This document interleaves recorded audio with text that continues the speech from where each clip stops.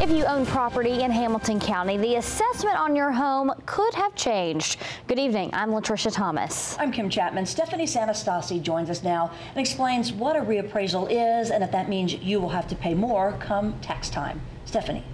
Kim and Latricia, in Hamilton County, a reappraisal happens every 4 years. It's a process mandated by state law. Right now, all assessment notices have been sent out to property owners, notifying them of changes. One man in Harrison wants to know why his is much higher than years past.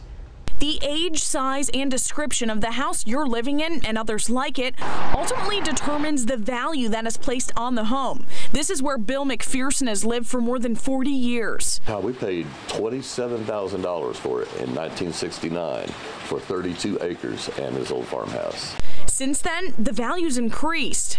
It just seems that mine have gone up significantly higher than anybody else's. And being disabled and living on Social Security, that does not help. McPherson received this assessment notice in the mail a few days ago. His previous appraisal, around $111,000. Now it's $60,000 more than that.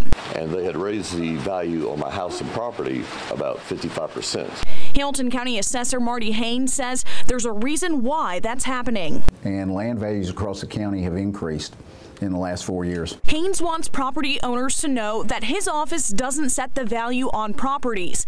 He says the public sets the value by what they're willing to pay for a property when it goes on the market. So your neighbor may have more or less square footage than what you have at your home, which would increase or decrease their value, compared to yours. McPherson understands the rules, but he worries this kind of jump will put a strain on his wallet. I just want it fixed to be more representative of what it's been in the last 20 years.